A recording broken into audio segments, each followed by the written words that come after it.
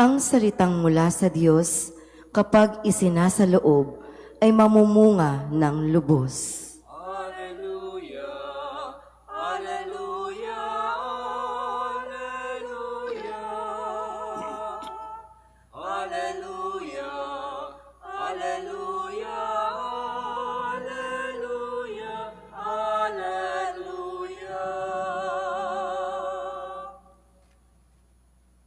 Sumainyo ang Panginoon. At sumaiyo rin. Ang mabuting balita ng Panginoon ayon kay San Marcos. Papuri sa iyo, Panginoon.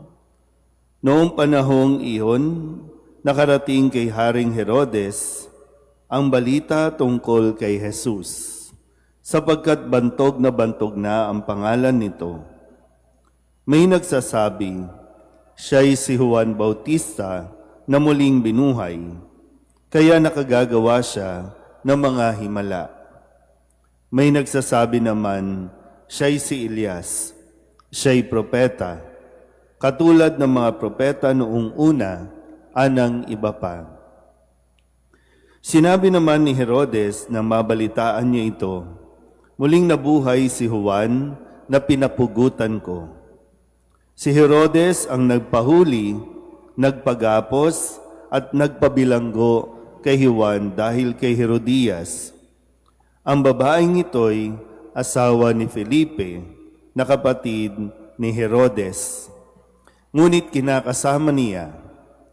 Laging sinasabi sa kanya ni Juan, hindi matuwid na kunin ninyo ang asawa ng inyong kapatid.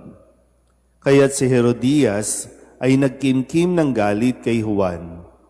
Hinangad niyang ipapatay ito, ngunit hindi niya magawa sapagkat natatakot si Herodes kay Juan. Alam niyang ito'y taong matuwid at banal, kaya't ipinagsasanggalang niya.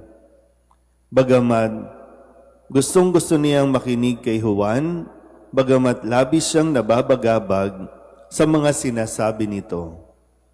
Sa wakas ay nagkaroon ng pagkakataon si Herodias nang anyayahan ni Herodes sa kanyang kaarawan ang kanyang mga kagawad, mga pinuno ng hukbo at ang mga pangunahing mamamayan ng Galilea. Pumasok ang anak na babae ni Herodes at nagsayaw. Labis na nasiyahan si Herodias at ang mga panauhin, kaya't sinabi ng hari sa dalaga, hingin mo sa akin ang anumang ibig mo at ibibigay ko sa iyo. At naisumpa pa niyang ibibigay kahit ang kalahati ng kanyang kaharian kung ito ang hihilingin. Lumabas ang dalaga at tinanong ang kanyang ina, ano ang hihilingin ko? Ang ulo ni Juan Bautista, sagot ng ina. Dali-daling nagbalik ang dalaga sa kinaroroonan ng hari. Ang ibig ko po'y ibigay ninyo sa akin ngayon din, sa isang pinggan, ang ulo ni Juan Bautista, sabi niya. Labis na nalungkot ang hari, ngunit dahil sa kanyang sumpa na narinig ng kanyang mga panauhin, hindi niya matanggihan ang dalaga. Kaagad niyang iniutos sa isang bantay na dalhin sa kanya ang ulo ni Juan. Sumunod ang bantay at pinugutan si Juan sa bilangguan. Inilagay ang ulo sa isang pinggan at ibinigay sa dalaga. Ibinigay naman iyon ng dalaga sa kanyang ina.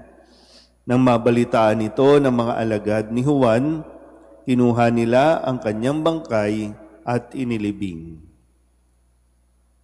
Ang mabuting balita ng Panginoon. Pinupuri ka namin, Panginoong Hesukristo.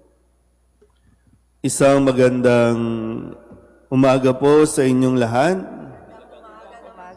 Ngayon po ay Biyernes, unang Biyernes sa buwan ng Pebrero, sa ika-4 na linggo ng karaniwang panahon at sa tulong nawa ni na San Pedro Bautista at San Pablo Miquit, mga kasamang mga martir, ay atin din pong maisabuhay hanggang kamatayan ang mga salita ng Diyos, ang pagsunod sa kautusan ng Diyos. Kaya tayo nagkakaproblema sa ating buhay sa araw-araw. Unang-una, nakakaligtaan nating suriin kung ano nga ba sa mga utos sa batas na ibinigay ng Diyos kay Moises para sundin ng bayang Israel ay kadalasan sinusuway natin ito o hindi na natin ito pinag-aaralang mabuti. Sa panahon natin ngayon, ang mga issue natin dahil sa paglabag sa kautusan. Kaakibat na yan dahil ang pinakamataas na batas ay batas ng Diyos, hindi batas ng tao. Maging ang ating konstitusyon, mababa yan o kaya naman yan ay nakasaklaw o sakop ng batas ng Diyos. Kaya itong mga pinagdidibatihan na naman sa Kongreso, sa Senado, na sila mismo hindi magkaintindihan sa mga salitang ginagamit sa konstitusyon. Kaya lalong-lalo na pagdating sa usapin ng batas ng Diyos. Sa ating Ebanghelyo, ano ba ang batas na sinasaklawan? Huwag kang makikiapid. At sino ang nakikiapid na binabanggit? Si Herodes, isang hari. Si Herodias, asawa ng kapatid ng hari. Naintindihan po ba? Pakaisipin natin mabuti, no? Kaya pinapugutan ng ulo si Juan Bautista dahil sa kanyang pagpapaalala dito sa dalawang ito, kay Herodes at kay Herodias, na mali ang kanilang ginagawa. Mali ang kanilang pagsasama. Ulitin ko po, no? Inasawa ni Herodes si Herodias na asawa ng kanyang kapatid. Di ba medyo mas matindi pa yun kasi sangkot ang pamilya. Normally, kung makikiapid ka sa kalakaran natin ngayon, hindi mo papatulan ang asawa ng kapatid mo kasi mas malaking gulo pa yan. Pero ito, lantaran na sinasabi ni Juan Bautista na hindi tama ang kanilang pagsasama. Hindi ko alam kung anong kwento pa, no? Bakit nasaan yung kapatid ni Herodes, no? Pero ang batas, huwag kang makikiapid. At ito ay hindi, sabihin nating relative o hindi subjective na mababago mo dahil lamang sa katayuan mo sa buhay. Dahil sila ay hari, kaya pwede nang gawin. Kasi kung tutuusin naman, di ba? Bilang mga hari, sa kanilang batas, pwede silang mag-asawa ng napakarami. Pero dapat yung mga walang asawa. Yun ang ayon sa kanilang tradisyon, na kapag hari ka, marami kang, di ba, yung concubine na tinatawag. Pero ito, bakit kailangan pang makiapid? May asawa na itong babaeng ito, at yung babae, pumayag naman na pumatol. Pero hindi mababago ang kautusan ng Diyos dahil lamang sa kapritsyo ng tao. Na siyang nangyayari minsan, ngayon na naririnig natin, maraming ipinaglalaban na magkaroon tayo ng divorce, napayagan na natin ito dahil sila ay sikat, sila ay makapangyarihan, sila ang nasa posisyon. Pero ulitin ko po, nawa katulad ni San Juan Bautista na mga martir, manatili din nawa tayong matatag, matapang sa pagpapaalala. Minsan kasi yung sinasabi natin, muna tayong makialam para hindi tayo madamay. Kasi kahit hindi tayo makialam, damay talaga tayo. Apektado din talaga tayo. Akala mo lang hindi, pero apektado ang bawat isa sa atin kapag ginagalaw natin at sinusubukan nating manipulahin ang kautosang ibinigay ng Diyos. Di natin sinasabi na huhusgahan natin ang bawat isa. Kung sakali na mayroong nagsasama ng pakikiapid.